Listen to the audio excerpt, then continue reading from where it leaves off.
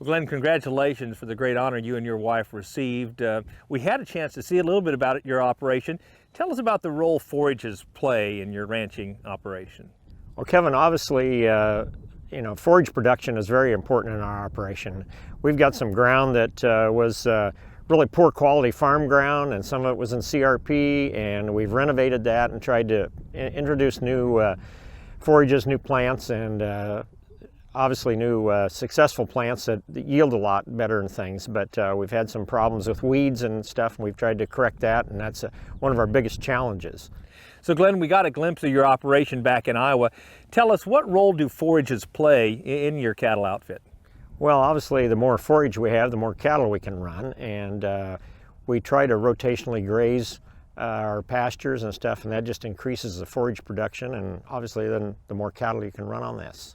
And what are some of the specific practices you use to optimize forage production? We have approximately 23 paddocks, and from 10 to 20 acres, and we rotationally graze those. We have piped in water that we pipe back to all these paddocks, so they're all very usable for the cattle and everything. And it's just the rest period that it gives these grasses is what really makes the forage production come on. And you can see all kinds of new plants coming to view with the resting period. Neat. Now, Lane was talking about weed control down here in Florida. Specifically, how do you control weeds up in Iowa?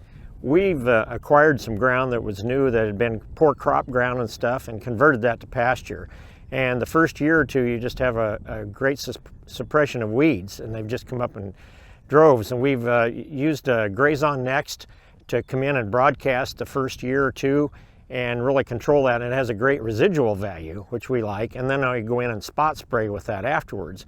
And that's really got our grasses to growing really well. And just every time there's a bare spot, if you can get the grass to grow in that, it just adds that much more to your production.